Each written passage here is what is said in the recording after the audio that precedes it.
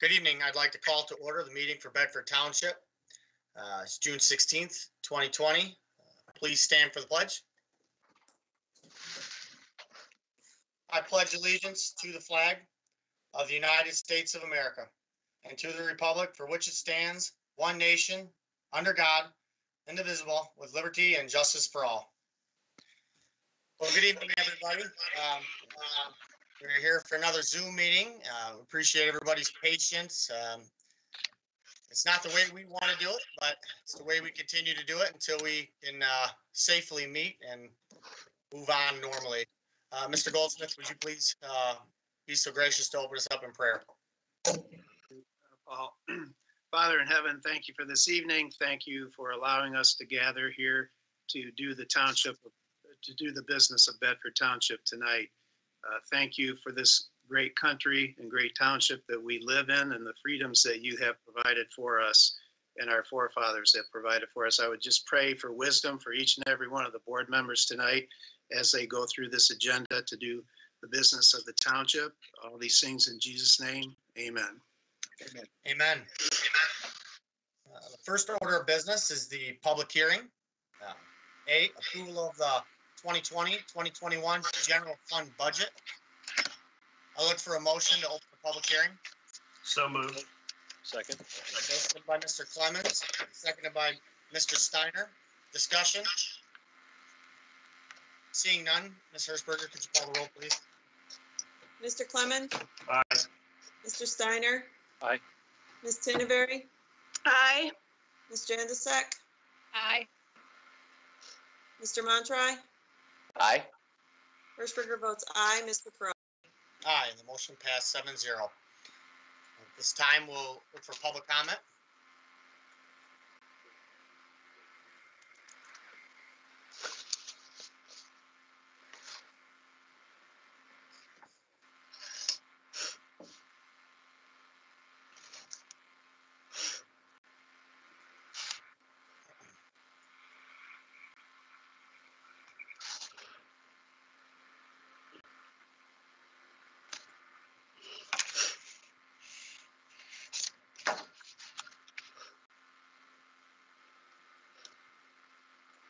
Okay, seeing no public comments, I look for a motion to close the public hearing.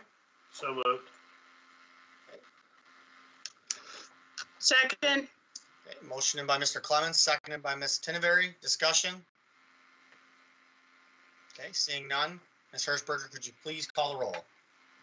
Mr. Clemens? Aye. Ms. Tinneberry? Aye. Mr. Montry? Aye. Ms. Jandisek? Aye. Mr. Steiner? Aye. Hershberger votes aye. Mr. Peroni? Aye, the motion passed 7-0. Go ahead and take the public comment, even though it's after it's closed. It's a little slow here, so go ahead, George. Let him in. Hi, this is Lamar Frederick. I've taken a look at the numbers in your proposed budget 2021, and those the decrease in state shared revenues was about 37%. I had suggested that number several weeks ago, and I now know I'm a little concerned about whether or not the township can in fact live within this budget. And when we have discussion on item 6A, I'll tell you why. But you're decreasing the budget from the estimated 2019-2020 budget by $1.3 million. And I'm just wondering if you can live within that budget. That's just a question. Thank you. Thank you for your comments. George, is anybody else in the waiting room? Okay, Ms. Hershberger. So before you is the general fund budget for 2021 that we have gone through. And we've made cuts, and this is the final. The only thing I'd like to change in this is in the assessing department, we're going to be moving Christy Michael to the head assessor position. And I would just like her to have the salary that, well, she's at right now, $55,168. I'd like her to be at $58,768 to do the job.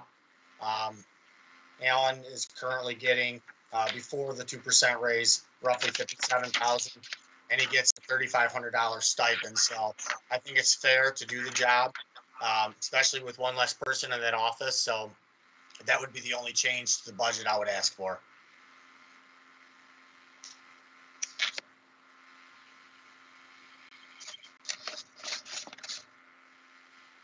Do you have the numbers for that, Mr. Supervisor?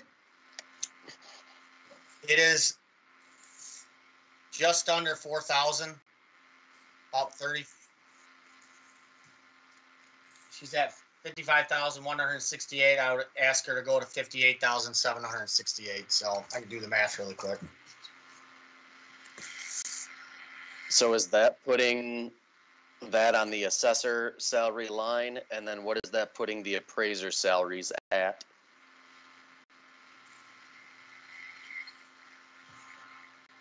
Is it just subtracting the 58,768 from the 131,758? So it would be whatever Chrissy's salary is currently, and I don't have that in front of me. I think Paul might have that. 3,600. I'm sorry? It's $3,600. Her salary is 55,168. She's asking you to go to 58,768. So if you reduce her current salary from that line of appraisers and then just put the 58,768 back that we just decreased. So her $55,000 salary would be the decrease. But is there a change in benefits and all of that other? I mean, FICA, and it's not exactly that. No, it would Wow. be close, but the benefits are down further. Medical insurance, and she does carry the medical insurance, so that wouldn't change.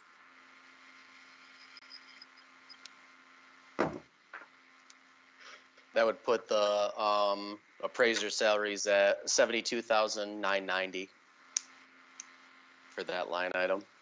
Thank you. And with what Mr. Prony said too, the current 58,768 plus the 35 stipend puts you up around 62 with what we were paying out because Alan took the stipend instead of the health.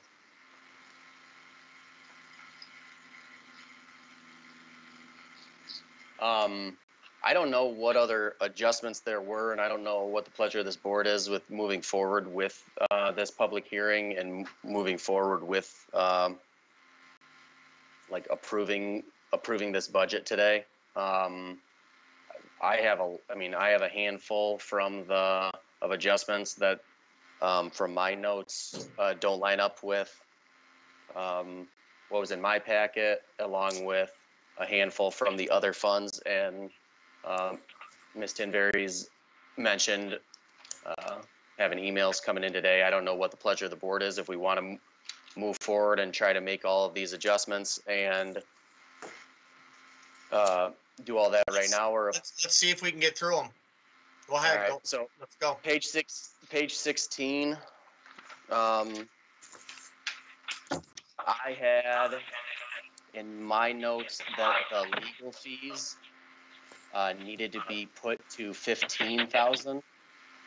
I don't know if anybody else had that in. I don't remember why exactly. I know that I had that in my notes that union, the legal fees for union needed to be put at 15, and that's still at 5. I have to check my other. Did you say, Craig, you said they're at 5 and they needed to be 15? That's what I have in my notes. Yeah. Changed that to 5 because the board was going to give me the authority to negotiate with the union and another trustee. Correct. So That we did put change it back to 5. We put it back there. Okay. Right. That's correct. Page 21. Capital outlay of vehicles, my notes have that at 170.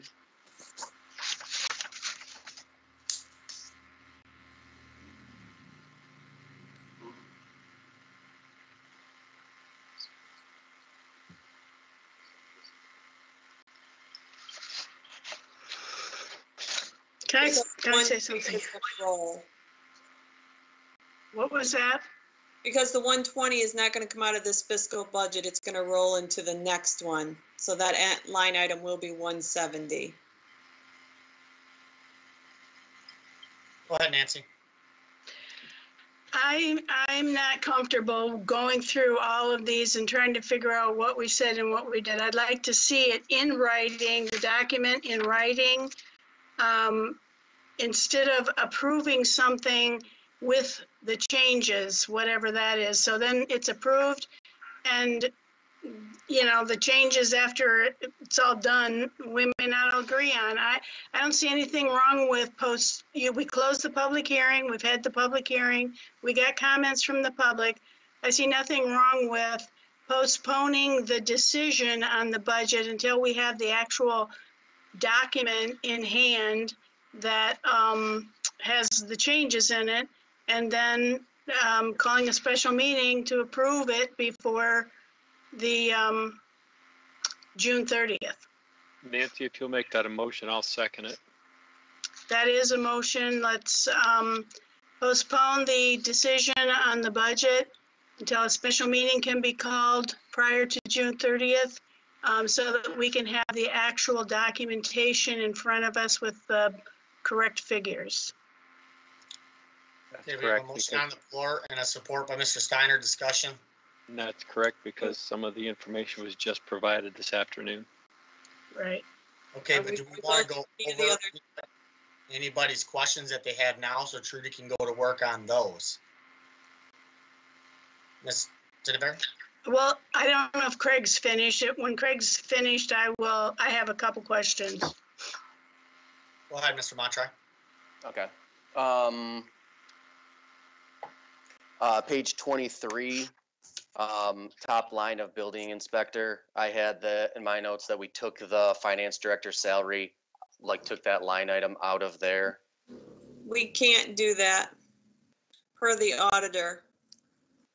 Okay. I checked that because we did discuss that. You are correct. Do we have to do it like at a certain time or something like that if we're gonna do that? Or I is would it like, check. I didn't ask that question. Okay.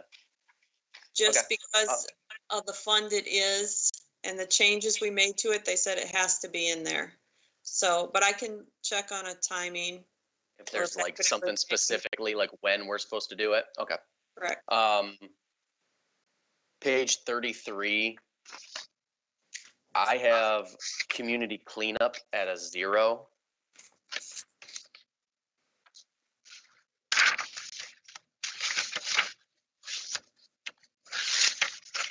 I had the same thing, Craig.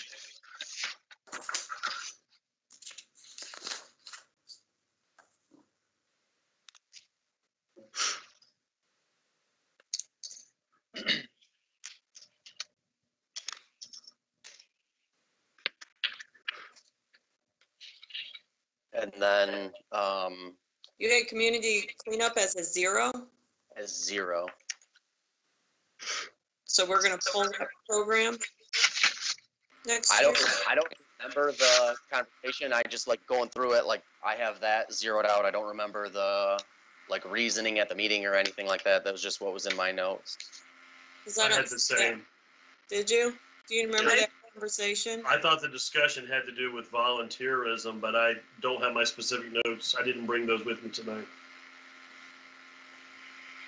Okay. Paul, do you?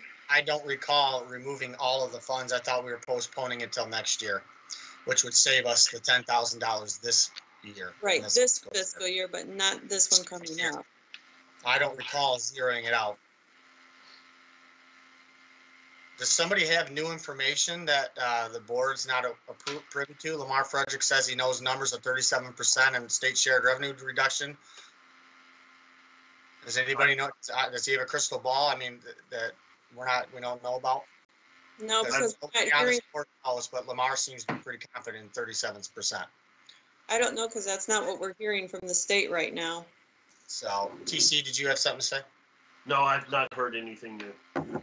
So, again, this board is really waiting till August to see the state shared revenue to really, that's when we'll have to go back to the drawing table. And that's one of those things. We could leave the community cleanup in, and then in August, if we see that, you know, we're going to see this huge reduction, we can always pull that, but we can leave it in there. And if we only see a 10% reduction, we don't want to take that service away. Ms. Denver?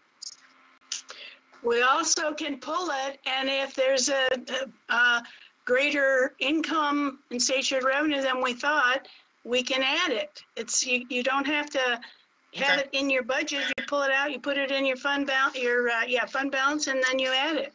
And that will follow with many times as Nancy said, if we wanted to put it back, then we'll have an official vote to put it back in there. Okay. Yeah, I Okay, concur. let's zero it out for now, Trudy, and then we'll look back after we get some more information from the state in the fall. Okay. Craig? Then last one I had on within the general fund packet at least is page 37. We have the CIP. I have in my notes from June 18-19 when that was established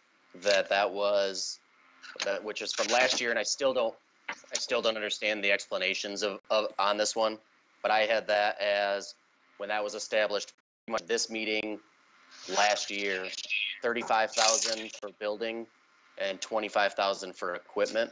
I don't know if we put the equipment somewhere else already, but that 15 was established as 35 when that fund was established. But I don't know. I will talk to the auditor, but my understanding is that's not where you put the money for a capital improvement plan. But I will double check that. That's what I never understood. Like, I don't know why we're putting, if that's I don't not know what why we'd we're put doing. 15,000 there, because unless we're going to do some study, that really isn't going towards capital improvement until we spend it. Yes, you're correct, Trudy. You mentioned that at the budget meetings. And that's what I just never understood where that money is going, where this board or the public can track that at all to be able to say, like, because I mean, I feel like it's been danced around a lot. Like even when that fund was established a year ago, and then that was said that was not going to be, oh, that's for next year or whatever, but there's still no one's been able to point where that money is and show you me. are correct, though. The board did say to put aside money for capital improvement plans and to start saving now. And it was done last year started. You are correct. But like I said, I can check with the auditor. Maybe he can give me terms Like that are where? more understanding to everyone on where that money is actually held. So I can ask that question too, as long as I'm calling him. Yeah, I would appreciate that. Thank you. Mr. That's all I have for the general fund. Mr. Goldsmith, can you mute your end? We're getting a fuzzy noise. I want to make sure that we. Sure. Go ahead, Ms. Denver. Well, actually, I've been to actually one webinar and one on-site program about capital improvement, and everything I've read says that you must establish a fund, and then you must each year you should have a resolution that states each year you put this established amount in there, whether it's 35 or 15 or whatever, because the capital improvement plan is a list of capital assets, and if you have no money when those capital assets come into needing some kind of a maintenance or buying or whatever, you can't do it. It can't be part of the capital improvement plan if you haven't established a fund for that. And I mean, everything that I've been told from the professionals that are on that capital improvement committee to establish this are saying that basically, kind of that's why Dennis Jenkins got off, because nobody was willing to put money into it. If you don't have money in there, you're not going to be able to move forward on any projects or establish a list of projects that can be completed. So I'm not sure what the auditor would be talking about, why you can't have this. This isn't for the committee. The committee is non-paid. This isn't, go ahead. I was just gonna say, yes, I understand that. That's why I'm gonna talk to the auditor and where the money should actually be and where that account should be set up. Just so we have verification. Mr. Clements? Trudy, when you ask, if you, just to reference page 15, in the buildings and grounds, fourth line from the bottom, is capital outlay of 40,000. Combining the two lines would be 55.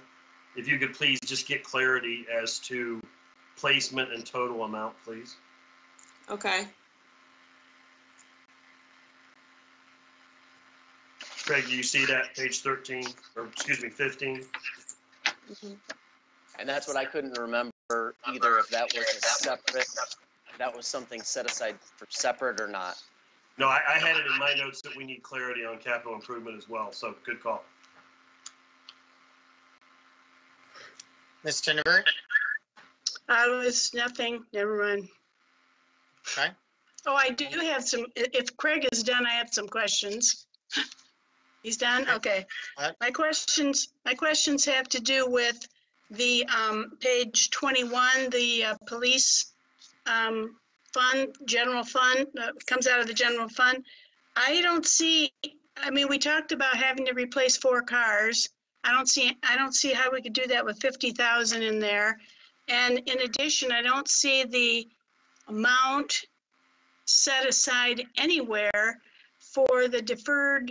I know that the board voted to defer, to accept the Mike Basonic's deferment plan. However, we don't have anything in writing regarding that. But if it's deferred, it's going to come due someday. I don't see where that is set in the budget. It's in the other police fund in the special funds. That adjustment is in the whatever it's called, in the special funds and the police fund. Yeah, it's under contract deputies. Contract deputies? And Trudy, can you speak to the police cars? I believe we have 120,000 was budgeted in the year 1920. Correct. 50 and 21. It's just been delayed. Correct. So it'll be moved into the next fiscal year since it was not used this fiscal year to purchase those cards. So we So need to put what we can do is 170. still carry over. Right. And we so were just need to put comfortable. 170 though, correct? Into Correct. into Correct. that line. Ms. Tinderberg? Well, that has to be encumbered somewhere. You can't just say, well, it's in the fund balance. We didn't spend it. So it has to be encumbered somewhere. It has to be listed as a line item. Well, where is that? You mean the police cars? Yes. Yeah, we'll have to adjust that 50 to show the 120 in the 50 to make it a total of 170. Were you not listening when I was talking? Who, me? Yeah, that was one of my first ones. At the budget What? meeting, we talked about that being a move that we would make because of the fact that we were certain that the cars would not even be able to be built yet in the end of this fiscal year, so they would move it to 20 and 21. Did Yeah, Craig just put I heard Nancy that. in place? Yeah, he did. That's nice. That But was I'm nice. stepping out of my place. No, I get that, but where is it shown in the budget? It's shown the original budget 120 and the budget for fiscal year 21 as 50. It needs a correction. We're going to correct that. Okay, well, did you say that, Mr. Montroy? I didn't say Yes, that. Okay. Okay, Nancy, well. keep moving on. No. Where's the, where is it in the police millage? Now, my question was going to be, do we need to make any adjustment within that fund for that, or will it all go to the police fund? That was gonna be my question about that. Is it supposed to all just go in that special fund? Or would some of it go in this general fund? Are we talking police cars again, or are we talking deputies now? Yeah, for the retiree. For the deputies? That would go in the special fund because that's supposed to be covered by the millage. What is covered by the millage? Part of the deputies are covered by the millage. And then Part of the part of them deputies. So I don't know what this board wants to do.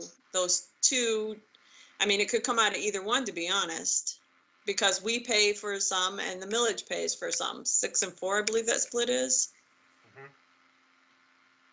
Okay, so the millage pays for 4, and the requested budget is 467,618 in the other funds, which we'll get to, but I don't see anything in there for where you can't take police cars out of that.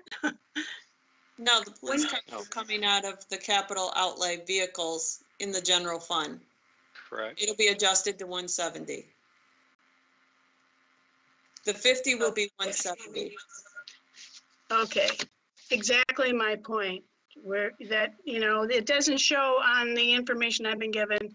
And now what about the deferred 130,000? Where's that?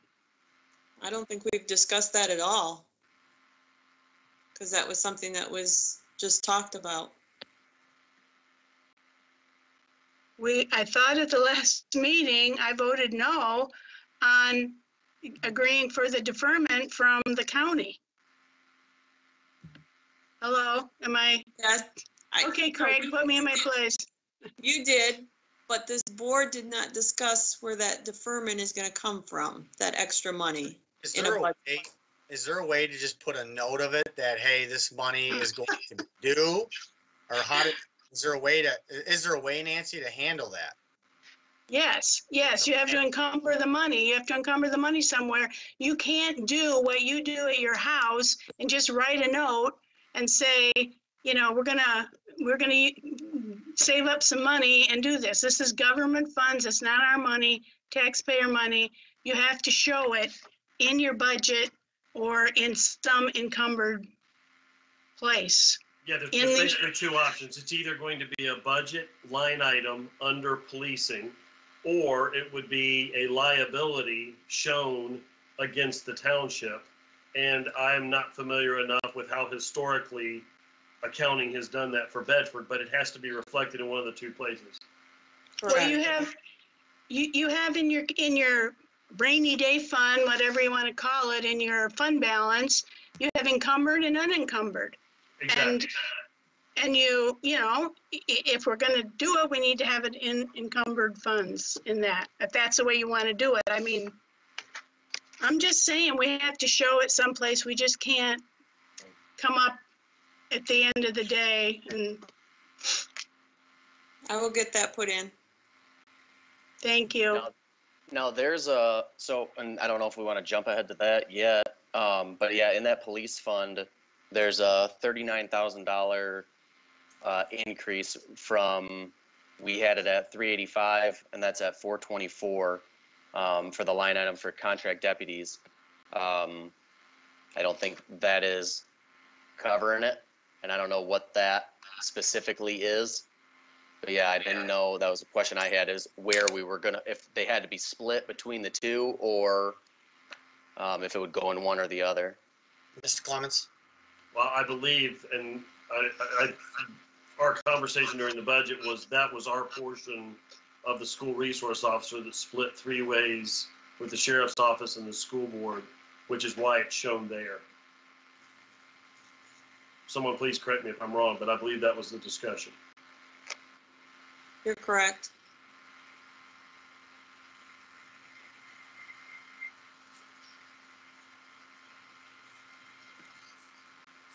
Okay, Ms. Jenneberry, you have more questions?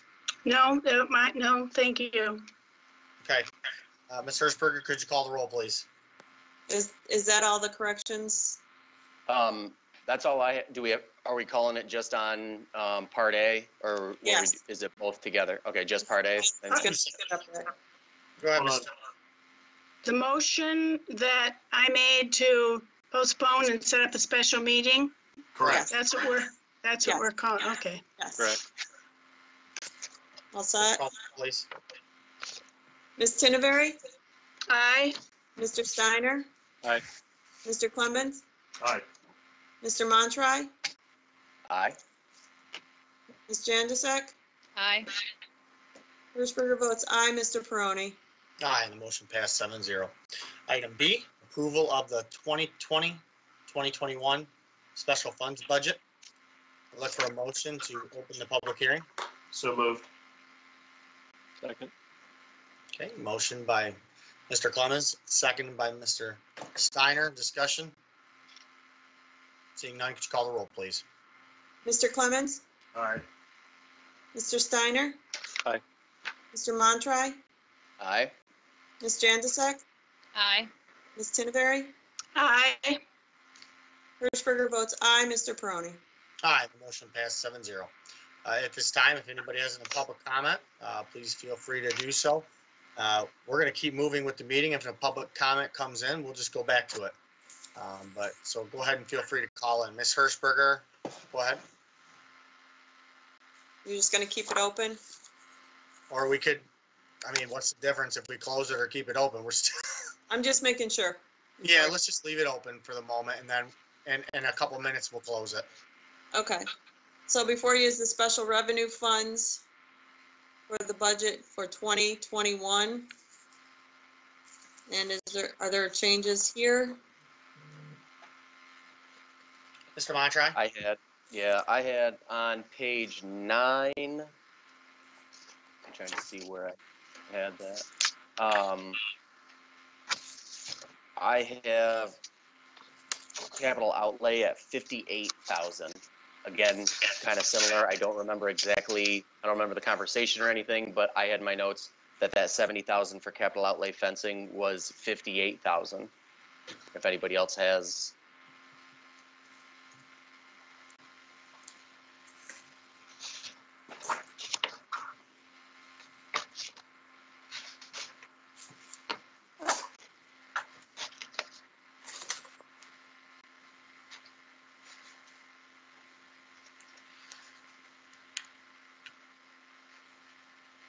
TC, this was parks. I'm going now. I had a question as well. Okay, I don't think we have any public comment. I'm going to look for a motion to close the public hearing. Motion to close public hearing. Second. Support. Craig, can you give me a page number, please? Okay, I'm sorry, motion page 9. by Mr. Steiner, seconded by Thank Ms. you. Januzak, correct? Okay, discussion? Yep. Seeing none, could you call the roll, please? Mr. Steiner? Aye. Ms. Janusik? Aye. Mr. Montroy? Aye. Mr. Clemens? Aye. Ms. Tinneberry? Aye. Hirschberger votes aye. Mr. Peroni? Aye, the motion is passed. Okay, 7-0. Craig, to answer your question, and I had the same note, it should actually be in the line above it. It's been ascribed to the line as defined by fencing, but it's the general capital outlay account, not the fencing. I have 58,000 as well. Oh, yeah. So there's not even a line. Yeah, so it's not even a line. It's like, it is just the capital outlay, but Correct. That's at 70,000 and I have that at 58,000. Correct. It should have been moved to 58. Okay. That was my one note, Mr. Supervisor. Okay, anybody else have any comments? Ms. Tinneberry? So what is the 3550 under that says fencing? I mean, it's. That was within this fiscal. What? That's a adjustment within this fiscal, that 3550. It's, If I'm not mistaken. That's a balance. oh, I see, okay, yeah, you're right. On page 15, I have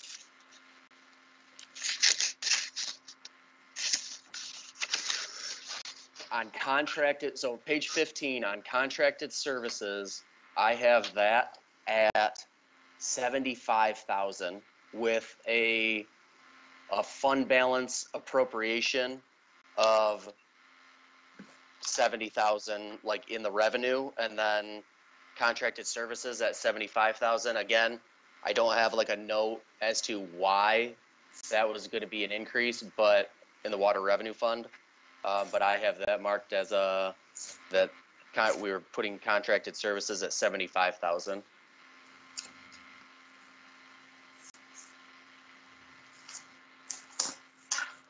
And that there, like I said, and then I have, my note says, fund balance appropriated for 70,000 in the revenue of that at the top.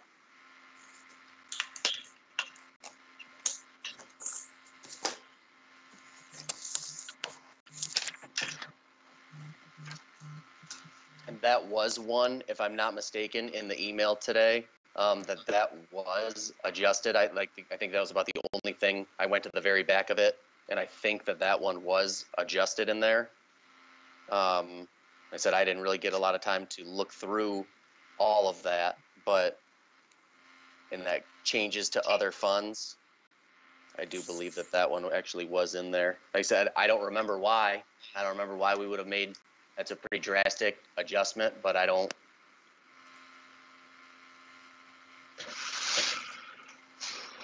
So under, Well, I don't understand. Go ahead. under No, contract. go ahead.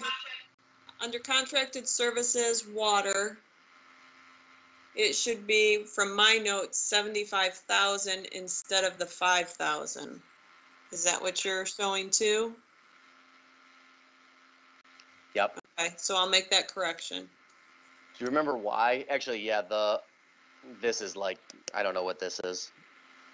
Oh wait, this is last year, so that's not even. Correct, that was the money for the That's railroad. for the 19. That's for the 1920. Mhm. Okay. My notes say that this was, water lines for road and possibly the water line for the roundabout. Okay. So that's why we bumped it up. Okay. And then I'm thankful that this is part of Nancy's original motion too, that we're gonna have these and this will come back to a special meeting. Is that correct? That'll have to be a new motion. It's separate. Okay. I'll make that motion because because of the sewer O&M fund not even being attached to this packet. I would make that motion once everybody else is done or whatever, to move that along with whenever we would do the general fund. Support.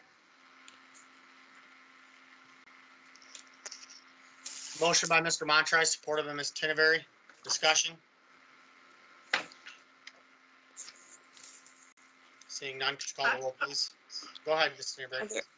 Well, I'm just, before this meeting closes, are you going to set a day and time for this special meeting and not have it in the middle of the day where many of us are working? Mr. Supervisor? We could have it whenever the board desires. I didn't set the time and date for the last one, so whatever the board likes. Okay. Is that, I guess. I was gonna ask the same question if we were gonna set that. Trudy, you want to shoot out a couple dates in the morning? And, I was gonna say, it's gonna have to be prior to the 25th because we will not have, George after the 25th. So it has to be done before that. What do you mean we won't have George? He will be out of town, so he won't be able to conduct. Okay. No more, I didn't know that if it was gonna be something more permanent, so. No. Okay, Sorry. all right, good. I should clarify that. So Trudy, you'll send out a couple emails in the morning then? Sure. Okay. Okay. Wait a minute, a couple emails for what? You Just can't, figure out a time and date for when we want to have a meeting. Shoot out a couple Make times. sure everyone If can- you want to try figuring it out now, I'm just trying to save time. Save time. Do you have a date and time in mind, Nancy? Go ahead. I can look at my calendar. Go ahead. Let's go ahead and set it now. Everybody look at Well, your It calendars. doesn't mean we can't vote on this, but I said before the meeting closes. If people want to look at their calendars throughout the meeting, I guess it doesn't matter to me. We'll figure it out. Okay, so could you call the roll, please? Are those all the changes so far? That's it. Yeah, if If there's anybody any else has more, any. you'll let me know if anyone else has any. Okay. Mr. Montry, Aye. Ms. Tinneberry, Aye. Ms. Jandasek, Aye. Mr. Steiner, Aye. Mr. Clemens, Aye. Hirschberger votes aye, Mr. Peroni. Aye, the motion passed 7-0. Okay, moving on to approval of the agenda, we have to add, the only thing I would have is the Minks Road culvert at Raven Dew drain replacement shared with Erie Township. It's $3,900 a piece. We just need to add this to the agenda under 8J. I would like to add to the consent agenda, the resignation of the finance director effective June 29th.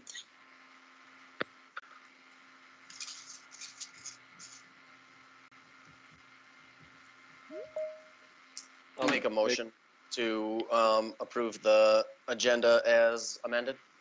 I'll second. Okay, motion and supported by Mr. Steiner. Discussion?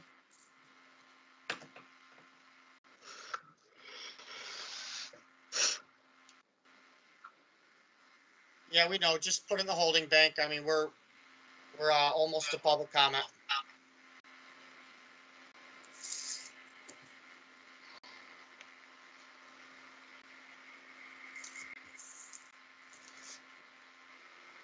Are you ready for a motion? I think we To We call have the the motion. have Yeah, a motion and we okay. have a support. We just need to call the roll. Go ahead and call the roll, Okay. please. Mr. Montry, Aye. Mr. Steiner, Aye. Ms. Tinneberry, Aye. Mr. Clemens, Aye. Ms. Jandasek, Aye. Hirschberger votes aye, Mr. Peroni. Aye, the motion passed 7-0. Okay, item number 3, the consent agenda. The agenda committee recommends to A, approve and place on file the minutes of the June 2nd, 2020 regular meeting of the Bedford Township Board. B, accept and place on file the general savings, pooled funds and CD reports from the treasurer. C, approve and place on file the revenue expense report and balance sheet for the period ending May 31st, 2020. D, accept with regret the resignation of John Bates Jr. from the Downtown Development Authority effective immediately. And 3D, accept the resignation from the finance director effective June 30th, you said, Ms. Hirschberger? 29th. June 29th. I'd look for a motion. Motion to approve Motion to consent agenda. approve. Support. Motion by Mr. Steiner, supported by Mr. Montry. Discussion? Seeing none, could you call the roll, please? Mr. Steiner? Aye. Mr. Montry? Aye. Mr. Clemens? Aye. Ms. Tinneberry? Aye. Ms. Jandasek? Aye. Hirschberger votes aye, Mr. Peroni. Aye, the motion passed 7-0. Okay. Moving on to presentations, we have none. Next up is public comments, comment limited to 2 minutes for board agenda items only. Go ahead. And Mr. Clemens? Aye. Ms. Tinneberry? Aye. Ms. we're getting some playback, George.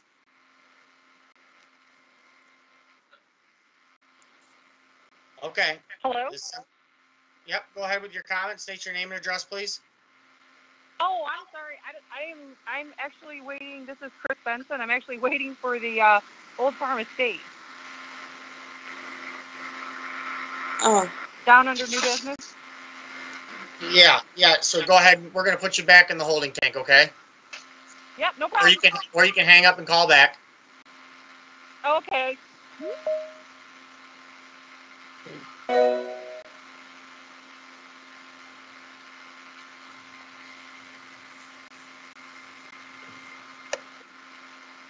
Go ahead, George. I think we have another one. Hi, this is Lamar again, Lamar Frederick. And I'm calling on 6A.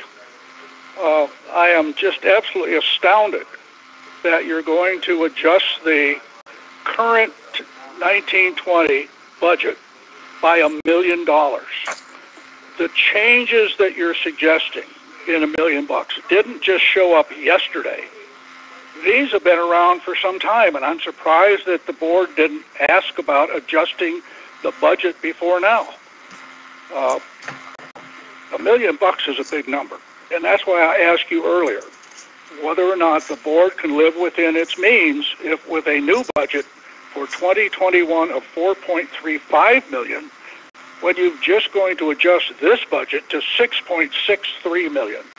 That's a lot of difference.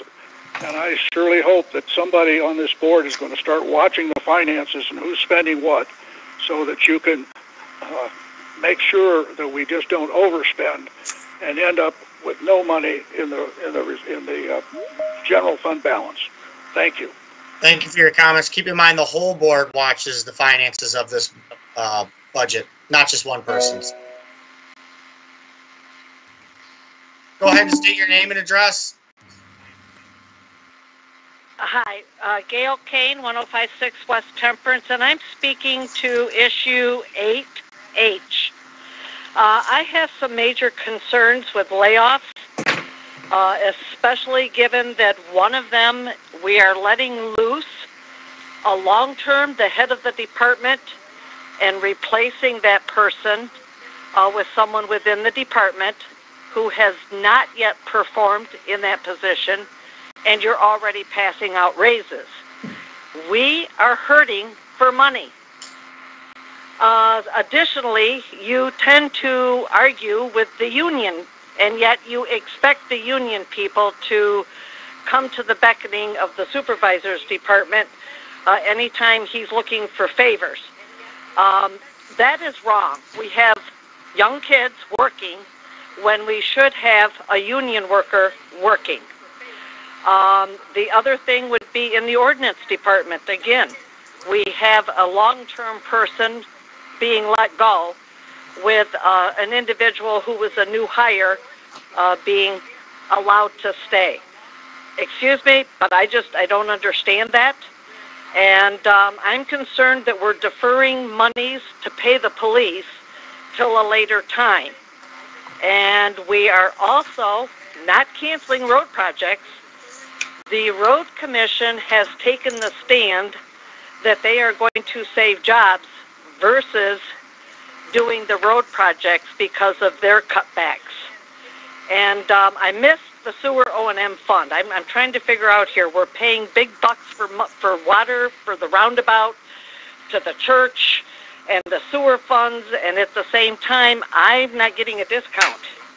So I'm trying to understand all of this, and I apologize because I probably should have been up at the public hearing, but I didn't realize that's what that was. And the other thing, could we get the engineering fees for all these projects specified under engineering fees? I fear they're being tucked in to other things so that we're not able to follow them to the best of our ability. And that's it. Thank you. Let me just remind the public that we work 5 days a week here, and you are more than welcome to call and not assume what we do. Make a phone call and we'll explain it to you. I know who works 5 days a week. Thank you very much. Hey, George, let's move on. I know who works.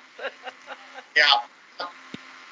So, moving on to, do we have any more public comments?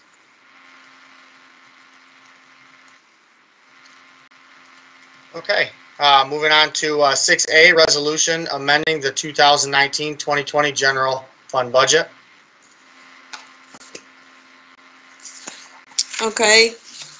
Before you are the amendments to the budget. 6A.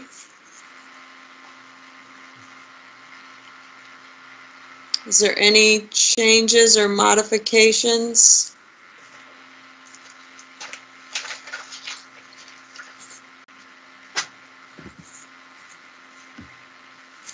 Any comments or questions, board members?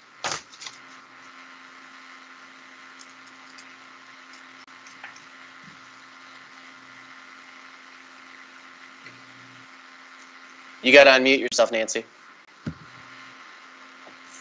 I thought you liked it that way. I have a comment in that I have to agree with the caller in terms of the budget amendments. So many of these are from the past. I mean, way back in August and September of 2019 and some early 2020. I've mentioned this before, and I guess I don't know. It falls on deaf ears, or I just, passed off as not knowing what I'm talking about. But the email that I sent regarding the act, that the public act that governs the budget, it says specifically that money can't be spent, items cannot be purchased, changes in the budget cannot be made without first a budget amendment for the board to approve that purchase. Obviously, these are, it can't possibly be done that way. And I just think that it's, I've said it before, I'll say it again, it's irresponsible of each and every one of us to have to come to this point where just before our fiscal year ends, we throw in a bunch of budget adjustments so that when the auditor shows up, it looks good. But it's not good practice, and I realize we have to pay our bills. I realize we have to make adjustments. We've already paid many of these bills. That's part of my disagreement. And so it just, it's a bad way to manage our money. And I agree that it should be reined in and focused on more in the future.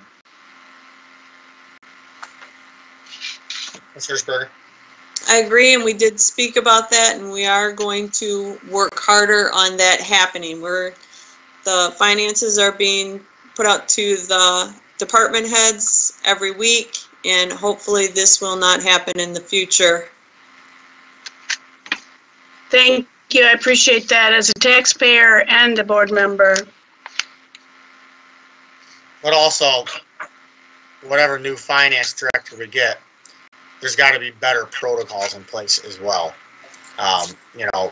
It's kind of, in the past, it's been kind of pick and choose of what we want to say, hey, is that in your budget or not? There's got to be certain, our finance director shouldn't just be a button pusher, a pencil pusher. I mean, it's a finance director position to where, you're paid $77,000 a year, and I think it's more than just, there should be a little more involvement there, not just, I get it, it's on all of us. We all need to watch it, and I think, we do for the most part, but go ahead, Mr. Hirschberg. I was just going to say that we do have a new policy manual that this new finance director will have to follow along with the rest of us, and I think that will also help in the future.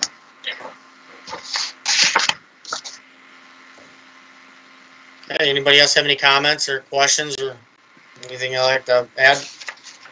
Just the last thing to add, Mr. Peroni, as I stated before, once we get this budget finalized, not this one, but going into the next budget, we're going to put that into that format I've been talking about. I'm going to hand it off to whomever that's going to work with the new finance director.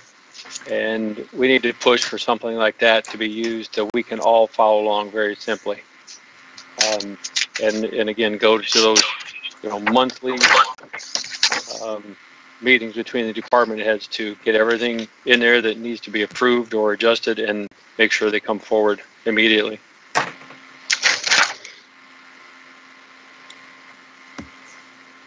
Okay, I look for a motion.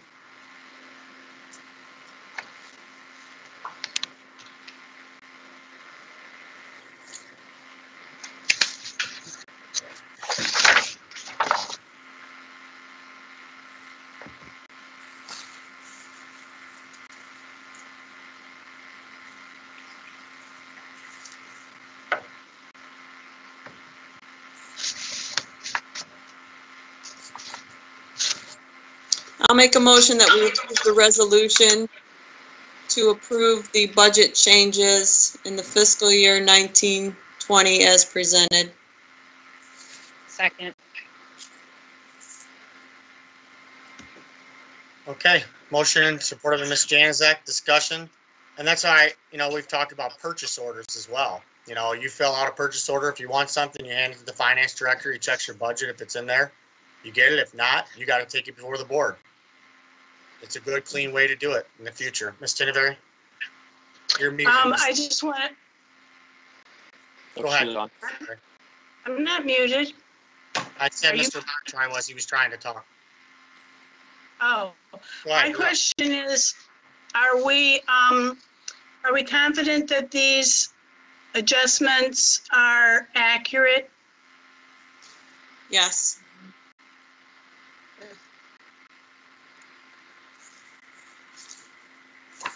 Okay, we have a motion to support. Could you please call the roll, please. Hirschberger votes aye. Ms. Janusik? Aye.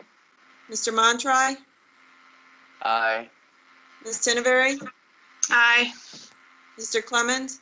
Aye. Mr. Steiner? Aye. Mr. Peroni? Aye, the motion passed 7-0. 6B, sorry, Oh, you're okay, go ahead. is the amendment to the special revenues fund. And I want to point out that some of these changes, the water line extension is in here for the 164. Lewiston Estates SAD was 880,000 of this.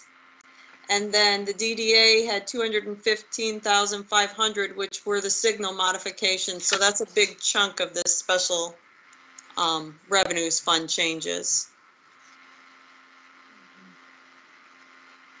Ms. Tinevery?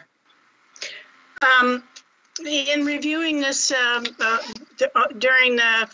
Friday on, I noticed that there were discrepancies in the fire district fund. Have all those been straightened out or brought into compliance? Yes, I don't know if Adam wants to speak on this, but the three of us did sit down and go through line by line all of Adam's changes, and they were all made. Okay, I'm good with that.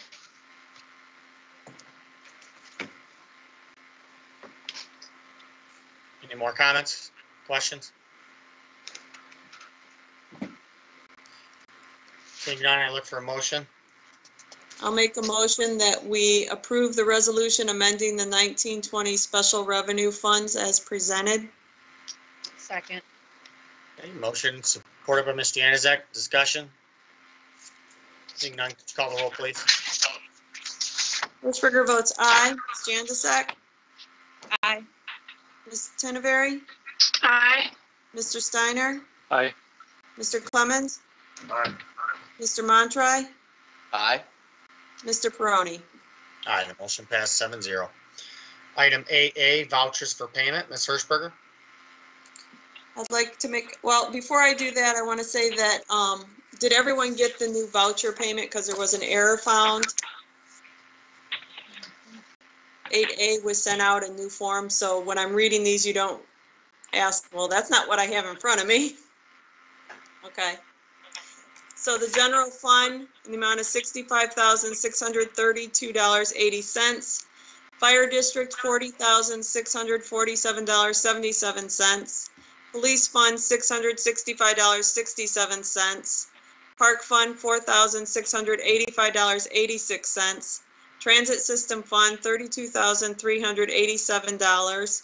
Library fund, $7,798.38. Downtown Development Authority, $925. Sewer O&M fund, $1,510.15. Trust and agency, $6,408, for a grand total of $160,652.71. Support. Okay, motion supported by Ms. Januzak, discussion. Ms. Tinevery? No, I don't have any discussion. Well, I thought you put your hand up, okay.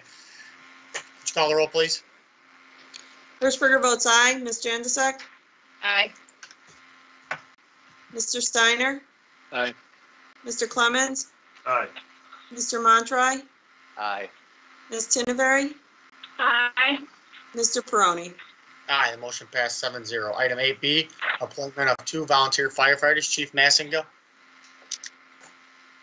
Yes, sir. Good evening. So we just finished up our recruitment class from the spring. It was delayed, obviously, with the restrictions that were put on, but we were able to finish it up. We've got 2 candidates that successfully completed the entire process, Jacob Munger and James Konigsecker. And we recommend those 2 for appointment at this time. We'll bring our roster ever so much closer to the 60 members that we're trying to get to. We're up to 58 positions at this time with these appointments.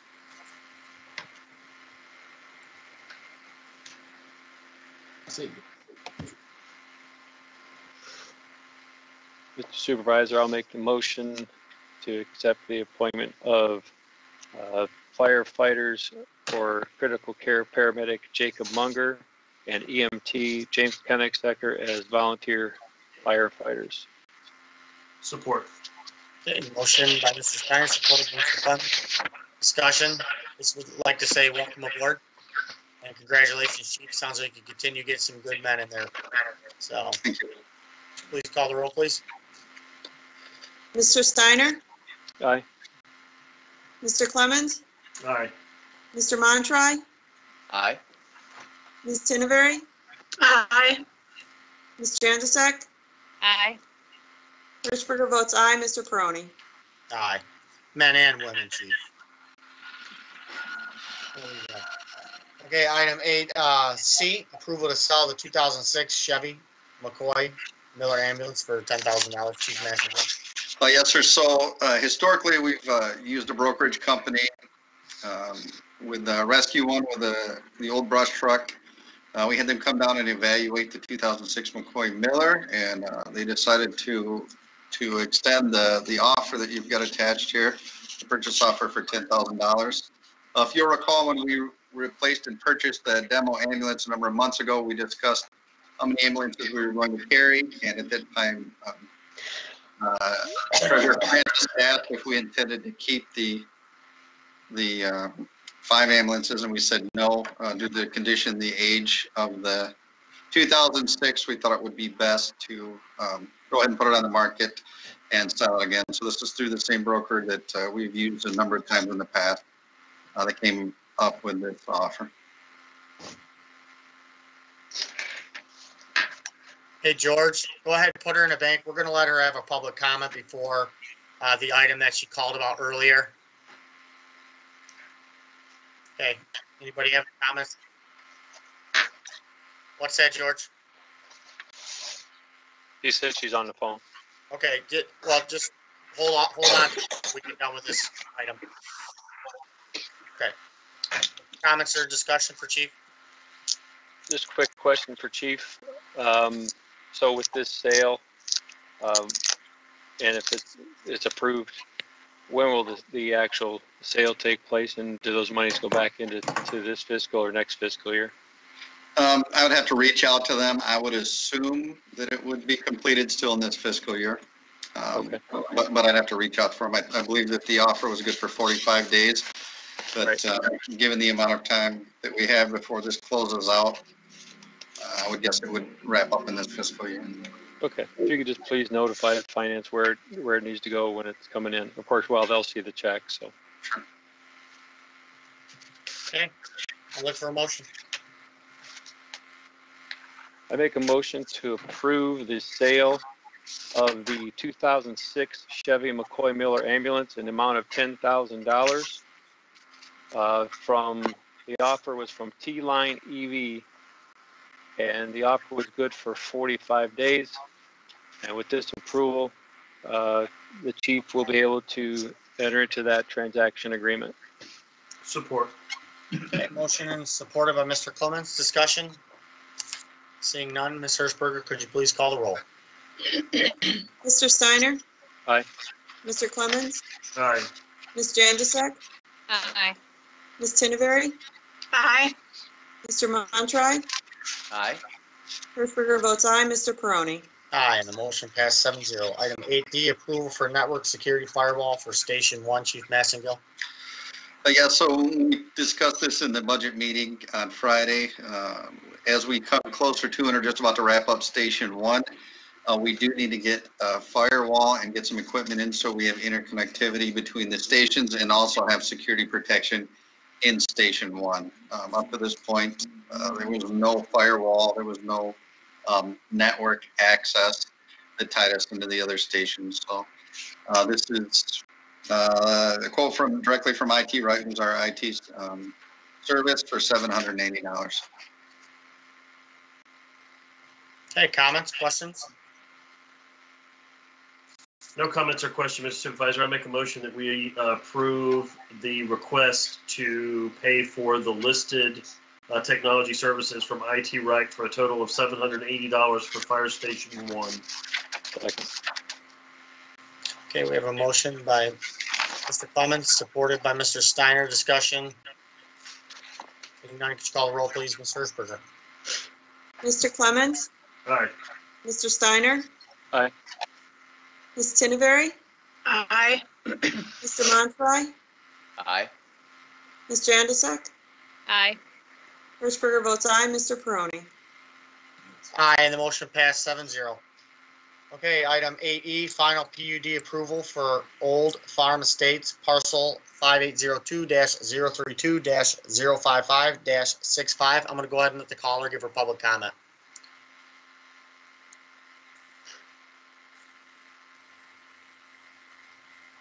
Go ahead, George.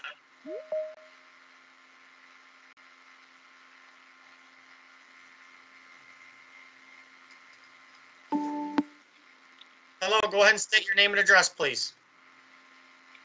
Chris Benson. I am with Jacobs Architects at 25 Washington Street, Monroe, Michigan. Okay, go ahead. I guess, sorry, I've been listening on the YouTube, which is a delayed, so I guess I'm not sure where you guys are actually at. I was calling representing the Old Farm Estate. Okay, that's where we're at right now. I don't think she has questions. I think she's here. Yeah, Just to Yeah, reference she's that. not a public, I get that. I thought she was public comment. So you're with Jacobs Architect. Go ahead and you can speak to the issue. Go ahead. Well, actually, it's up for the final PUD approval this evening. We have gotten through the Planning Commission with a recommendation for approval, so I'm basically on the line for any questions that you may have. Okay, just go ahead and hold the phone then. Ms. Tinneberry, you want to go ahead? Sure. In your packet, Karen Kincaid and Jody Rector from the Planning Department submitted an excellent rendering of the Planning Commission's discussion regarding this, and I'm prepared to make a motion for approval if there isn't any questions. Go ahead and make the motion. If we have some discussion, we can have it. Okay, I move that we approve the request from Lambertville Mixed Use LLC for final PUD approval, a 28-unit site condominium planned unit development project on parcel number 5802-032-055-65 located on the south side of Stearns Road, east of Secor Road in Lambertville, Michigan, conditioned upon addressing all issues and concerns prior to any development as stated in the Monroe County Drain Commission, Manikin Smith Group, Monroe County Road Commission, and the Bedford Township Fire Department review letters. A special assessment district for street lighting shall be entered into between the township and the developer, and the PUD agreement and master deed shall be submitted to the township attorney and Manikin Smith Group for reviewing and approval. A second. Okay, motion by Mr. Tinneberry is supported by Mr. Steiner. Discussion, board members? I just want to state that there's a second motion that is required. So once this one is decided upon, then there will be a second motion.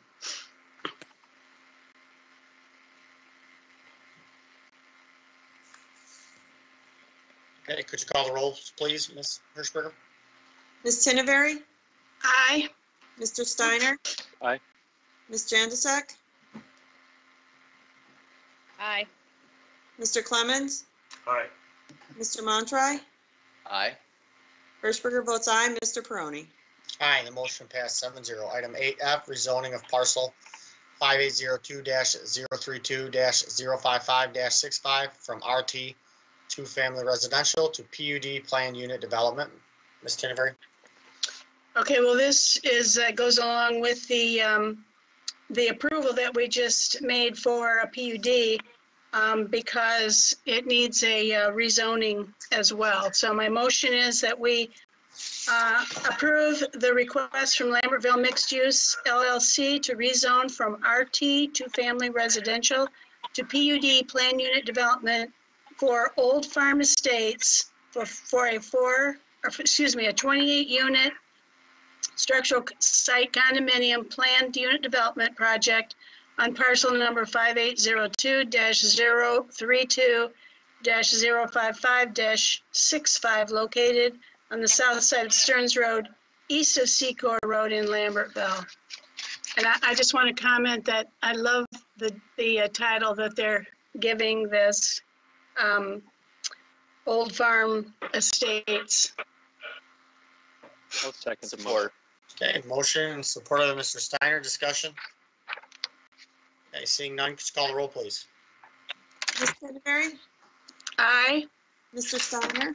Aye. Mr. Montroy, Aye. Mr. Clemens, Aye. Ms. Janusik, Aye. Hirschberger votes aye, Mr. Peroni. Aye, the motion passed 7-0.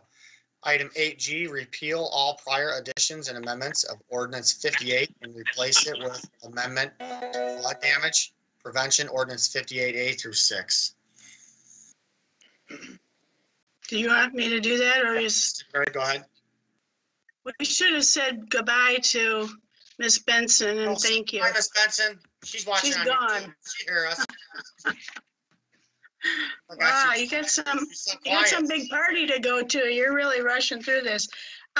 Well, again, the planning department submitted an excellent review for this request to repeal the ordinance, including all prior additions and amendments to Part 215 flood damage prevention ordinance number 58 and replace it with what you see before you, Part 215 amendment to the flood damage ordinance. And as she said, the Township Board adopted an amendment to this ordinance that was a result of the new flood insurance study and flood insurance rate map that becomes effective for our community on June 19th, 2020.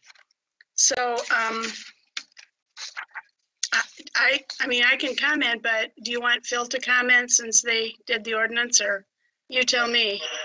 Go ahead, Mr. Goldsmith. The only thing I think that needs to be said is that the ordinance was prepared by our office in consultation with our planning department, Karen and Jody, and in consultation with an engineer from Eagle, and submitted to Eagle for review by their engineering staff. It's been approved, and it needs to be adopted prior to the 19th of June. And it's in proper form, and I would recommend that you adopt it. Okay, go ahead, Ms. Tinneberry, with the motion. Does the motion have to include the repeal of the prior ordinance? I think that would be appropriate. Okay, so I move that we repeal the ordinance in place to Part 215 of the flood damage prevention ordinance of number 58 and replace it with Part 215 amendment to the flood damage prevention ordinance number 58A-6 as presented. Second. Okay, motion is supportive of Ms. Hirschberger, discussion. Just one quick comment. You know, it's something to see that as long as we are in compliance with everything for the flood insurance program, pretty amazing that Eagle has helped consolidate 13 pages down to 2-page document.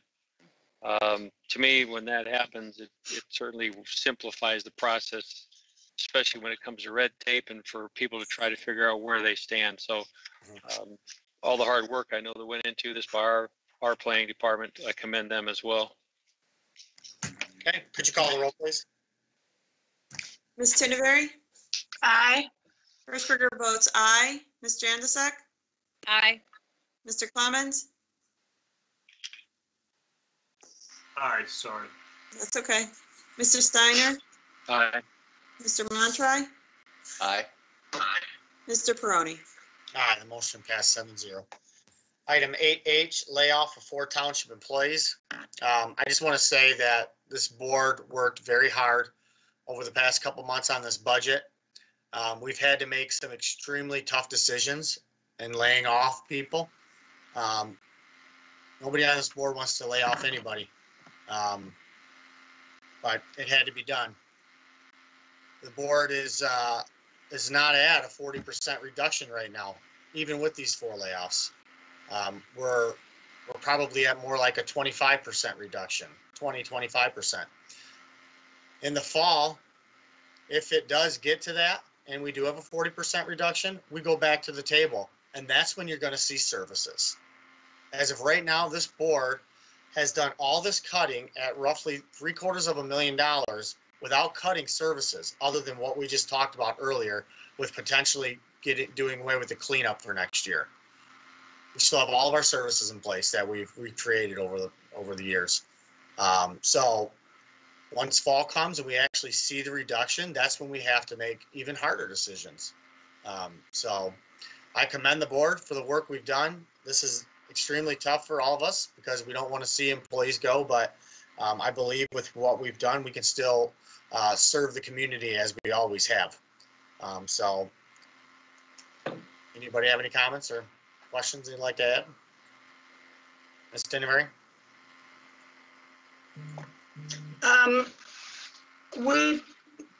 Somewhere I read that we were laying off 4 people. We discussed 4 people. I only see 3 on this layoff notice. Is that the new suggestion? You gotta flip the page over. It's on the reverse side. For number Really? 4. The 3 are, I don't know why it's separate, but the 3 are my departments and the other one's Chris's department. There's plenty of room on this page. I'm not sure why that was done. Probably because it was 2 separate memos, but I almost missed it too.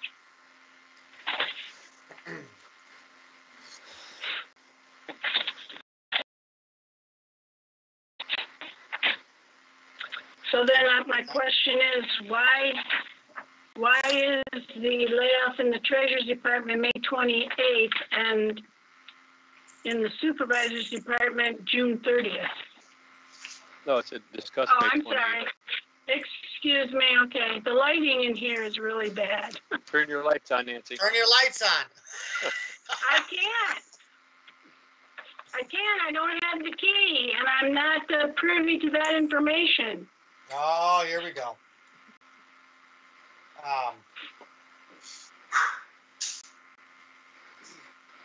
I just want to say in regards to the maintenance, there was some, I don't even know what was said earlier. I can't even understand half of what's said from, well, either way. But either way, with the maintenance, we laid off a full-time person because we can, and we had to. We have seasonal people that we have right now. Okay, those people, for the most part, will be gone in 2 months. Okay, that doesn't really do us any good. We'd save a few $1,000s or $3,000, $4,000 by getting rid of a seasonal person right now. We got rid of a full-time person. So that's what we had to do. Tough decisions have to be made. It's not about personal favors. It's not about picking buddies and whatever was said at the public comment by Ms. Keene, but it's not that. So we're doing the best we can as a board. So, okay, I look for a motion.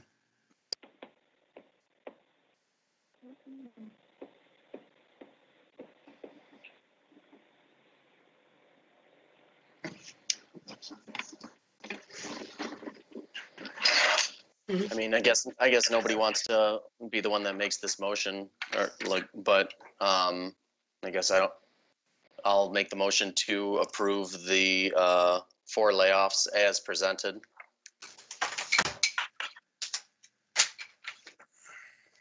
I'll support it. We have a motion and supported by Mr. Peroni. Discussion.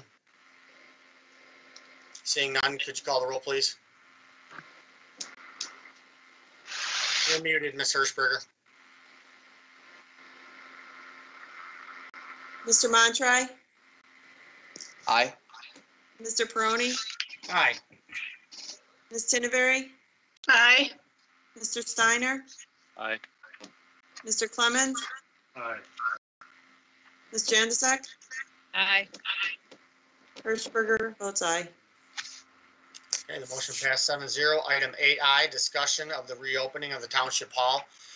Myself, Janzak, well, I don't know if you were with, yeah, you were with us, weren't you, Krista? Yes. And Ms. Hirschberger. Al Pryor was with us and Chief Massingill, and we had a long discussion. So Chief, go ahead. I believe some emails were sent out to the board members. Is Chief Massingill on still? Yep, Yes, there sir. you go. Sorry, I shared the information for the board to make a decision. There are numerous executive orders that are in place that dictate openings of office buildings.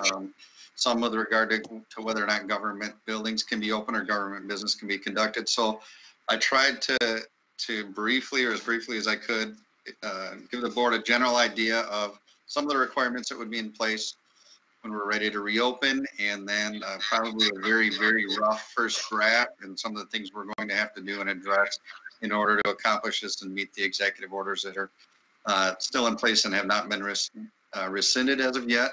Well, I double checked this afternoon to make sure that primarily the Order 77 and Order 110 were still in place, and according to the government website, the Michigan website, neither of those have been rescinded as of this time.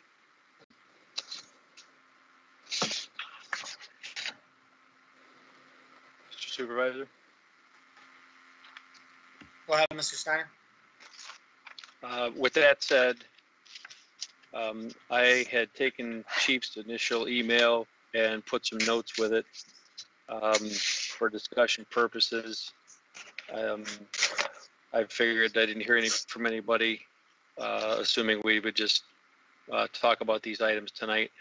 Some of it was my recollection and use of information from my full-time job, where my company has a full-blown task force that goes over the state guidelines, also the CDC guidelines, which Chief Massingill has also covered the same things, I'm sure. Maybe there's a few variances that, one organization might see something over the other. I think one of our biggest things, as you saw in my notes that I sent out, I apologize, I sent this first thing this morning, that I tried to send it over the weekend, and when I looked for my email late last evening, it doesn't show that it went through. It wasn't in my sent box, out box, nowhere to be found, so I had to start all over and redo it this morning. But as you can see, whether we like the mandates or not, we do have a governor's mandate under executive orders.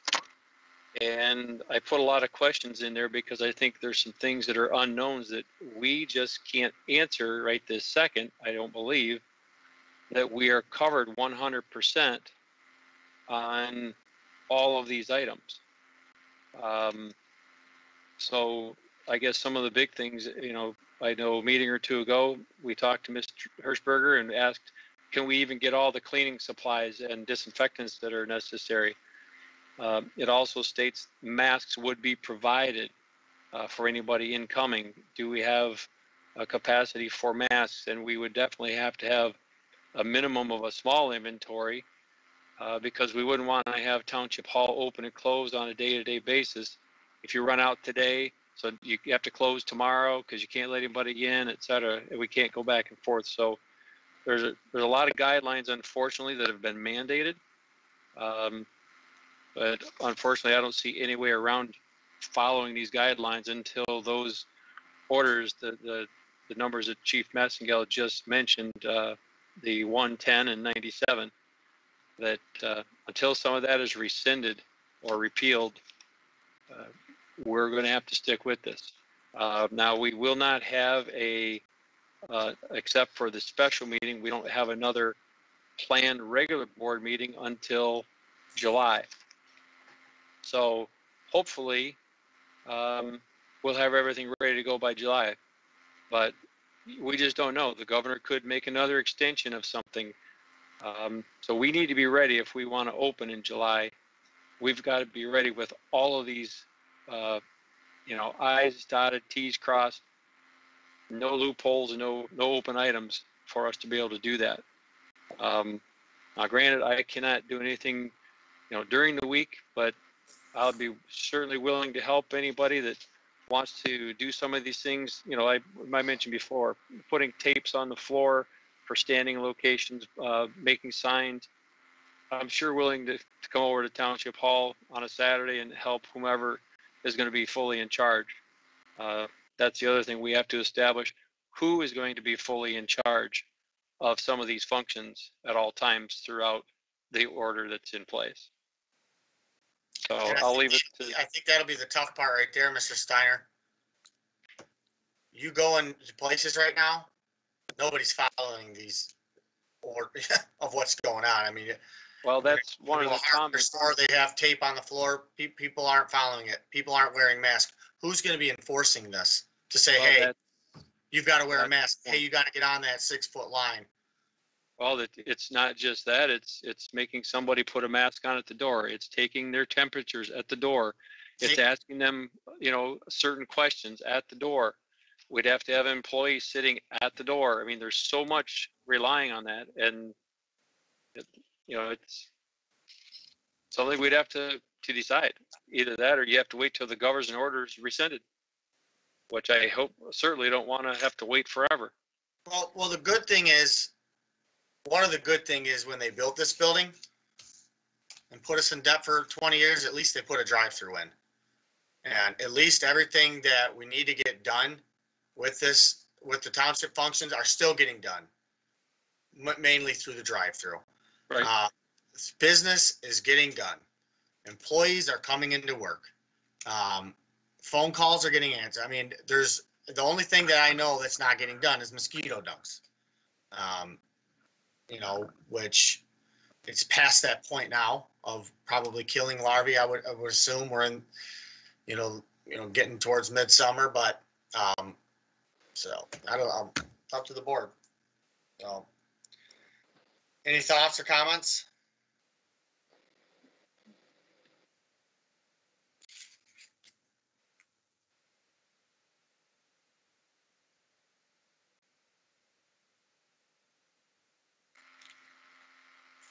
I see none. So what's the pleasure of the board? You want to remain to be closed, or until we see some different orders from the governor? Or? Well, I think needless of what we do, we're going to have somebody that can clean every day. Right. And I'll just say this: I'd be ready to open tomorrow if the protocols that we have to have are in place. That is our holdback right now. Yeah, I'll go ahead and step up too. I personally, I want to be very clear. I think we could be open, should be open. Everywhere I'm going, we had a discussion earlier today, a couple of us. People are transitioning from the fear of COVID back to daily life. That's how TC, the individual, feels. However, TC, the trustee, is bound to protect my neighbors and to follow the law. And the law says that we have rules and regulations we have to go by, and until we can do it successfully, we have to weigh that out. So I'm not a full-timer. I'm not there. I'm not the one going to be taking temperatures. I'm not going to be the one, requiring the 6 foot rule or that criteria. So I need the full-timers to be able to state explicitly kind of where your position is. Can it be done? where are we on this? Because as a trustee, I have my experiences when I come in and out of town hall, but I'm not there day in and day out. And for me to speak to what you go through, what people are expecting is not realistic.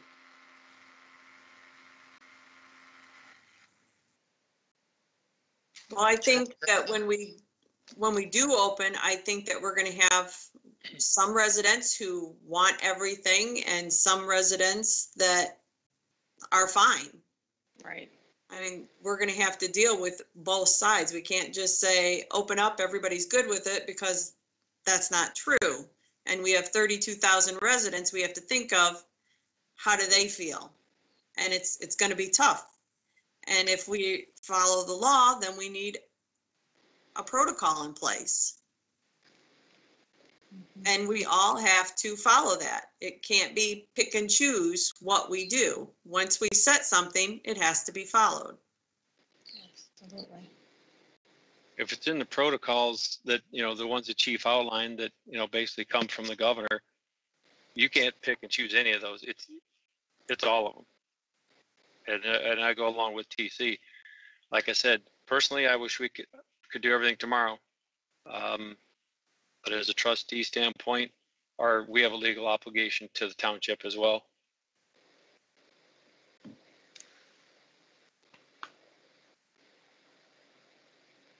Okay, so we're gonna go ahead and move on.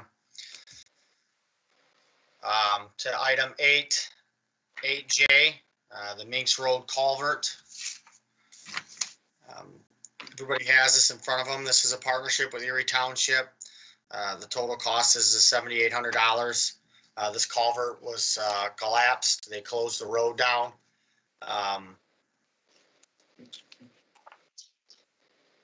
So, I mean, does anybody have any questions with it?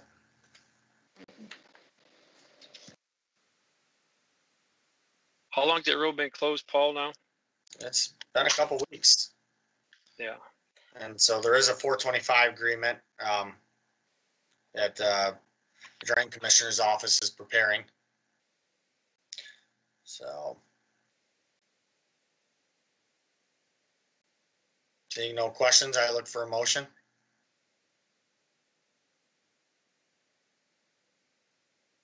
I got a question.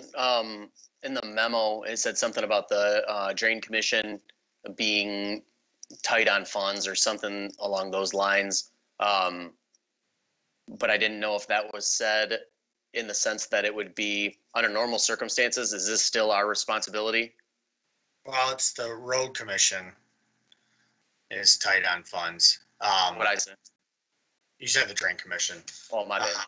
But this is a local road system. Typically, you have a partnership with the road commission on these, but we only get $86,000 a year for funds for the local road system, and that's used up. The road commission right now, if everybody read the newspapers, looking at a $2.5 million deficit. So, I mean, the funds are extremely tight. We're working through that with the roundabout right now. They're having a hard time if it's over 9% of the bid. They're having a hard time coming up with those funds. So if we have to come up with $50,000 a piece, if it's over 9% when it goes out for bid, they're having a hard time saying we could come up with that. So they're actually asking me to come to the board and say, hey, will we cover the total cost over? So we're trying to work through that right now before I come to the board. So yeah, so they're tight on funds. The good thing is it's a partnership with another, municipality. So, but Ms. Danbury? That's my question. Do we have a commitment from, what is that, Erie, to share the cost? Yeah, our motion tonight would be contingent upon their approval. Their meetings, I think this week or something. So. Have you talked to anyone there? Yeah, I've talked to Mike Rhoda a couple times on the issue. So he doesn't see any reason why it wouldn't be passed. But if it doesn't get passed, it doesn't get done. The road will stay closed. Unless we want to pick up the full cost. Ms. Tinneberry? Mike Grodi, is he from Erie Township? Yes, he's the I don't deputy. know him. He's the deputy supervisor. So no decision maker, you haven't talked to a decision maker, anyone on their board? No, I haven't talked to their supervisor in 4 years. I don't think he does much dealings, to be quite honest with you. Mike Grodi does all the dealings for him. He's at all the meetings. He's at, so, like I said, the motion needs to be made tonight, contingent upon they approve their portion of it. If they don't approve it, we go to the road commission, maybe, we get a partnership. I don't know. We'll have to come back to the table with it. So, Is an SAD a possibility here? no. First of all, an SAD would have to come from the homeowners to get it fixed. And I don't know, Trudy, how many people are on that road? That might have to check. I don't know off the top of my head.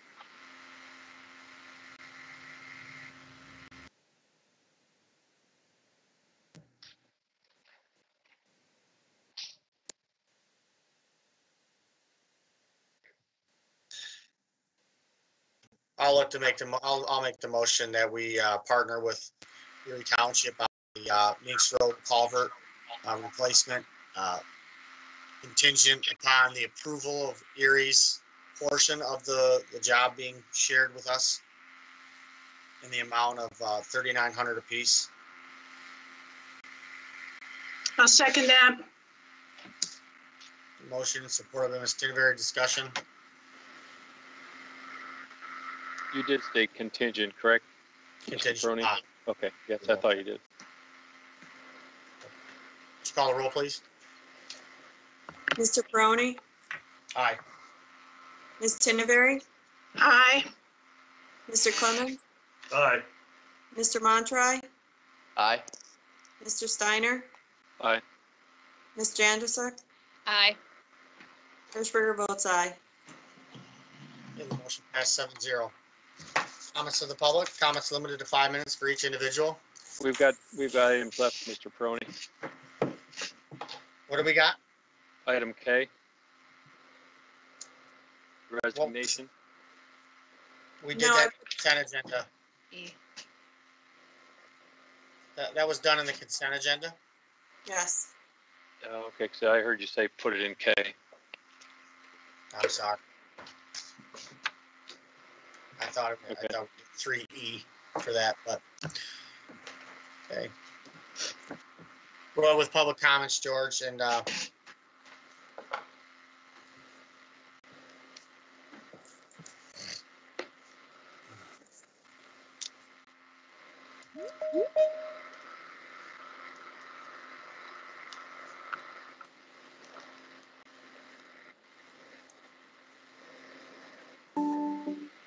good evening. Go ahead and state your name and address. Gail Kane, 1056 West Temperance, and let me try to be clearer for you. You mentioned that it was basically we were laying off people, so am I to assume that we will also be paying unemployment? It's too sad that you can't keep our full-time person till fall and then lay him off if the need be. Ironically, again, I'm going to mention that one of those temps is from Mr. Peroni's neighborhood. It seems to be that we have a problem in how employees are treated at this township. You have some people who were put into new jobs and were not given raises till they've earned them or proven themselves. Here we lay off the head of a department and we're just going to move somebody in there and give her a big old raise. Now we're supposed to be saving monies. You argued, I witness daily, Mr. Peroni asking Garnet, aren't you ready to retire yet? You've been relentless regarding the maintenance worker to leave. You argued with Mr. Francis for wanting to retire, and now Mr. Manning is resigning. You have treated this man horrendously in a public format in an unacceptable manner while he attended his office work during the COVID and your office was essentially closed. You blame him for your inadequacies in doing your job of overseeing the department monies. That is not his job. He did do his job. You just didn't seem to care for him, and this is how you rid the departments of the people. Your office basically is busy planning projects, your pet projects, that are not essential to the operations of this township. Now, I hope at this time that I have been clear. I'm looking forward to hopefully a major change with the upcoming elections. And it is my understanding that the road commission is not going to come up with more money for that project that you want to put in, known as the roundabout, that will be benefiting the Decker subdivision that is going in at exactly the same place. So I don't understand this, and before you did the culvert, you should have checked to see how many people live on that dirt road, because that is important to making your decisions.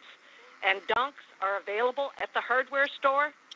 Send your people over there to buy them if they really need them, and you can use them all summer long, anytime it's wet. Mosquitoes hatch even in late fall. I think I've been clear enough, and you won't like it, and you will ridicule, and you will make nasty comments about me, but guess what? I'm here to stay. Bye. Thank you for your wonderful comments. Next up for public comment.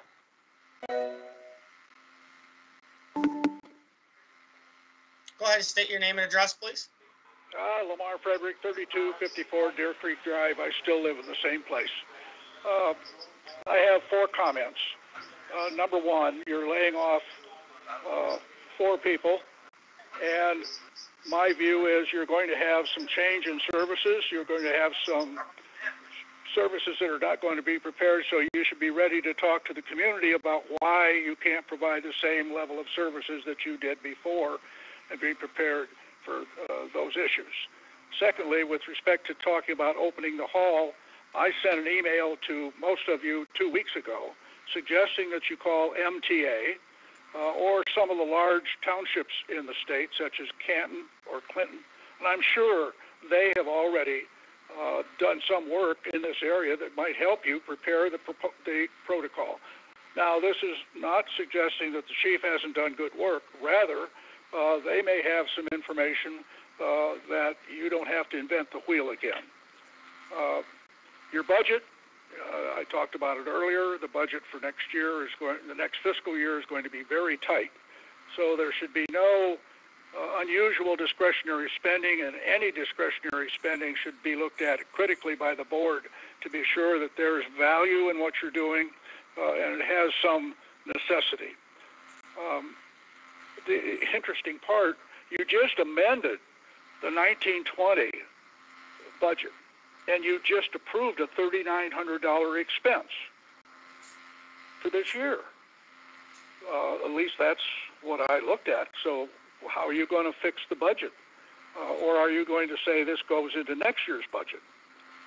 But if you approve it now, it's a cost. You've already approved it. I don't know how that works, but somebody better look into it, because you've just approved an amendment, a series of amendments to the 1920 budget, and you just tonight in the 1920 fiscal year approved a $3,900 expenditure. That's it. Thank you. Thank you for your comments. Have a good night. Any more comments, George? Go ahead and state your name and address, please. My name is Scott Garrity, 9238 Castleberry Drive. Okay, go ahead with your comment.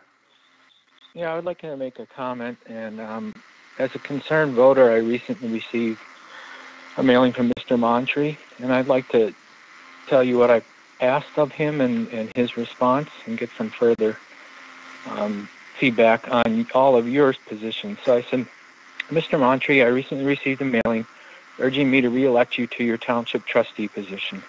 In the letter, you state that you sponsored a resolution to protect against possible infringements of my constitutional rights. Could you please elaborate? Can you tell me where I can view that resolution? I would also like to know your position over Todd Bruning and his Facebook posts.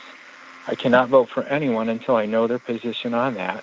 And as stated above, I would like to know specifically about the resolution referenced in your letter. I await your response. Thank you. Here's the response I received. Yep. The resolution was regarding the board's support of the Second Amendment. It was very similar to one passed at the county level a few weeks after that.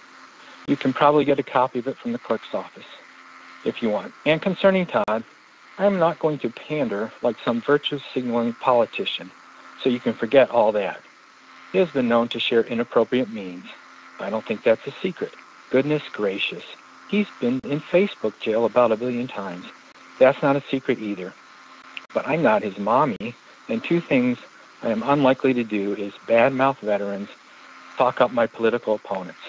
So I don't have much else to say on the project. If people support him, they'll vote for him. If they don't, they won't. It's literally an election year. This isn't easy. Let the people decide. And he followed that up with, good luck only voting for people who you know their position on that one. Ha, ha, ha. And so the first thing I'd like to say is I don't appreciate being treated as if I'm a 5-year-old child in the tone of the email.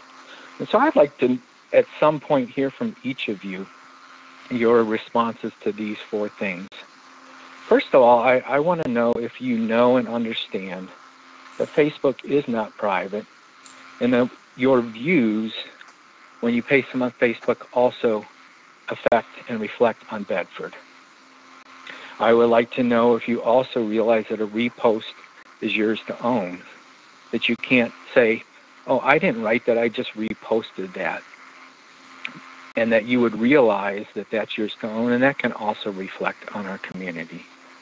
I would also then like to know, on the posts that Todd Bruning has made, I would really like to know if each of you find them funny, inappropriate, or disgusting and racist, and that they reflect poorly on Bedford. And finally, I would also like to know what you think of Mr. Bruning's responses to all that's happened in the last couple of weeks. If you feel those are good representations of Bedford, if he says things that I even hesitate to say because this is on a public forum, that if a student would have an issue with him, how could they be so? You've all probably read the comment. That has no place. If you feel like his saying, if they have an issue, that's their problem.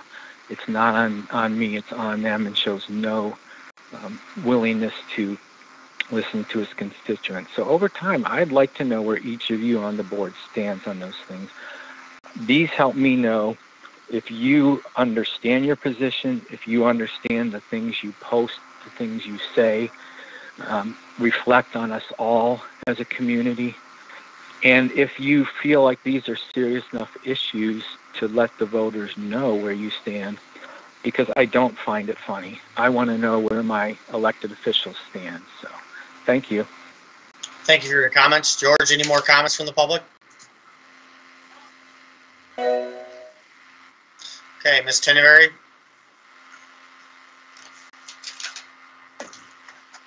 Yes.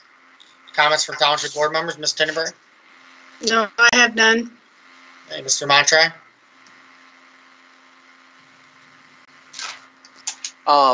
Yeah, the only thing I had is I really liked the idea about doing purchase orders.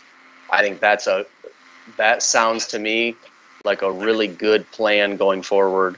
To be able to, I mean, a lot of tonight's meeting is trying to figure out those kind of things, and I think being able to do that going forward, that's a good idea to for us to look into more.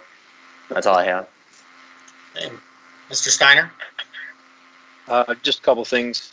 Back to the budget and finance, again, as they stated about getting a proper format together that can be reviewed monthly by the 3 full-time elected officials and department heads to make sure that we're capturing everything that is out there in the budgets, things that they want to either plan or purchase for projects.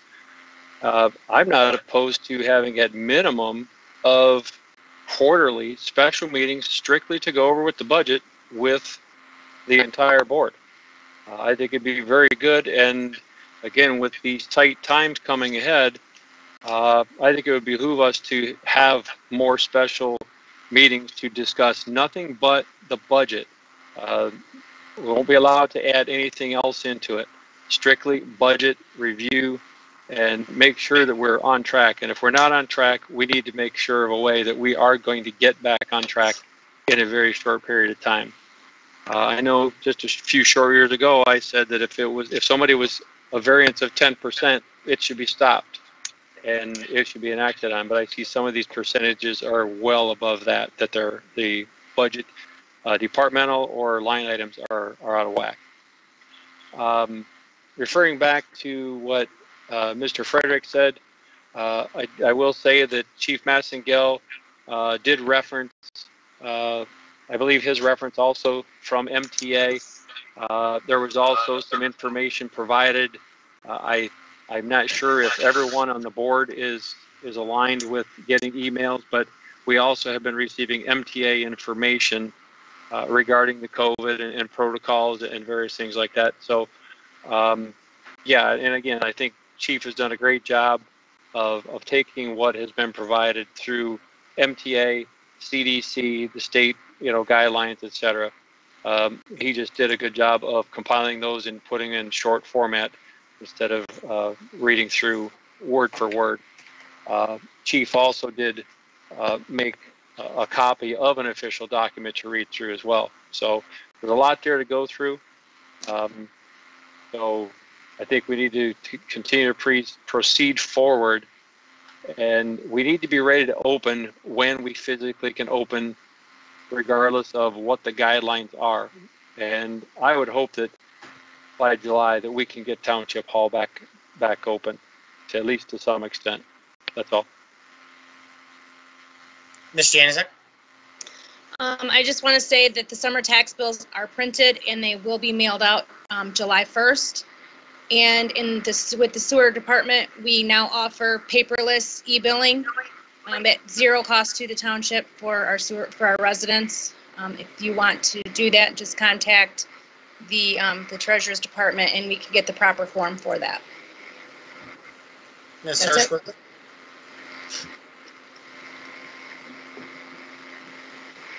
I just want to remind the viewers that if you have not received an application to vote and you would still like to vote absentee, please contact my office. And I've heard some concerns of residents thinking that the absentee ballot can be traced back to them. And I just want to make the residents, to assure them that that cannot be done with the procedure that we have to use when opening absentee ballots. It is a long procedure and it does keep the secrecy of the ballot, and there is no tracing back to your ballot or knowing which ballot was yours when this procedure is used. And if anyone would like to work the elections, I am still looking for some poll workers or the absentee ballot workers. So if you're interested, please give my office a call and we can get you an application out. That's all. I want to say welcome back businesses and restaurants and retailers. Go support the local businesses. A lot of the restaurants are back. You can go sit down in them now and get your haircut again. So, Nancy, you should schedule a haircut possibly now that they're open. But go support the local people. They've been hurting for a long time. And now we have the opportunity to support them. They give so much back to our community for all of the things that we put on, all the festivals you see, all the sporting events. They support all these things, so go support them. For all the problems we have in our country right now, there are some pretty cool success stories, and one of them is the brothers from True Cut haircutters, True Cut barbers over there. They came over from a war-torn Syria with very little to start a new life, and they worked hard to start their own business, and now they're up to 15 barbers. And Hato, one of the brothers, just became a citizen and will be voting for the first time. So welcome to Bedford and congratulations on your citizenship. I was able to go over there and bring him a cake, and Representative Shepard brought him a flag. So it was a really cool moment. But there's a lot of cool things happening in our community. I'm proud of our community. I'm proud of this board and the hard work we've done in this term. We have had so many accomplishments, so much volunteerism, so many hard decisions that we've made, that we don't have time to go over them, but we have been preparing for this moment for a budget reduction for 4 years straight now, and all the things that we've been doing by cutting services, saving money wherever we can. So I'm really proud of the board, and hopefully in the fall we don't have a 40% reduction, that the state can figure something out, and we won't have to do any more, because I would hate to see services cut or police. And that was one thing that we had to have discussed at a special meeting, was what we're going to do, to get to that point. And we were able to keep all of our police and defer the money up to 18 months down the road. So we'll be able to make a good informed decision of a true number come fall. So a couple things with the maintenance department. We have a seniority list. Okay, so we didn't choose who was laid off. It goes by seniority. So unfortunately that person was Adam Truna. So but that's how it's chosen. And for factual base, the roundabout does not benefit Decker Homes, the subdivision off of Jackman Road. So I want to clear that up. But other than that, Mr. Montrose, you have something you'd like to add? Yeah, I had written it down. I had looked if we want to schedule that meeting for budgets, if we want to do that now. I don't know if anyone's looked at their calendars or anything like that. Let's go ahead. I could do Monday. Look at the calendars real quick. Also, it's got to be after 5:30. So let's do a 5 or 5:30 for Mr. Steiner, his time to get done with work. I mentioned Craig, I didn't send to you because I don't have your cell phone number, but I just texted a couple different of the board and just told them pretty much after 5:30. I mean, 5:30 I could possibly squeeze it, but 5:30 is comfort room. And I'm pretty much open the rest of this week and next week in those time frames. So whatever works for the rest of the board. Sure. Or go ahead, Mr. Collins. Two things, Mr. Supervisor. First is, when we're done with this, I would like to have my comment time. And second is, would Tuesday at 5:30 p.m. work for everyone? Tuesday the 23rd. Works for me. Sure. Nancy, did you say no? I said no. Okay. I said no. I need a Monday or a Friday. I was looking Monday at 6. I don't know what others are available there. Monday, 6 p.m. the 22nd. Yep. It works for me. That would work for me. Works for me. TC, I'm really sorry, my friend. No worries. Go ahead with your public comment. All right, it's really pretty simple. I just wanted to say welcome and congratulations to Jacob Munger and Jason Conasacker for joining the fire department. You obviously have a history and you understand what our fire department is. And hopefully you understand that this board supports you and the community supports you.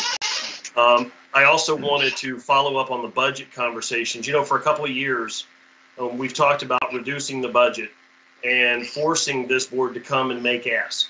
And regretfully, I can't tell you that we've gotten to that point because anything that I said, but COVID has come along, and I think the net result is going to be that our budget is dramatically reduced. And going forward, if there's asks, then people are going to have to come forward, ask the board, make a justification for the expenditure. And ultimately, I think that'll be healthy for both us as a board, for all the departments, and then for the citizens. Lastly, I just was going to talk about something really quickly, because as we've gone through this whole meeting, there's kind of a theme. And the theme is frustration. I think everybody would agree that our entire world is frustrated right now. You're frustrated that things are too strict. You're frustrated that they're not strict enough. We're frustrated at the news we're hearing. We're frustrated at the news we're not hearing. And so everybody is on pins and needles. As much as kumbaya as this may sound, I just want to remind everybody of one simple fact. If everybody's talking, then nobody's listening. And if we don't begin to listen, we're not going to be able to fix anything. With that, thank you, Mr. Supervisor. And I just want to say, I was on a phone conversation with Mr. Garrity, the gentleman that called in earlier, a couple days ago, and I was on a Zoom meeting today with Dr. Kojo and Florence Buchanan from the county and about 90 other people to talk about discussions of racism in the county and what they can do about it. So I did sit in on that, and I plan to sit in on future ones and continue to learn. So with that said, Ms. Tinnery, you're muted, but go ahead.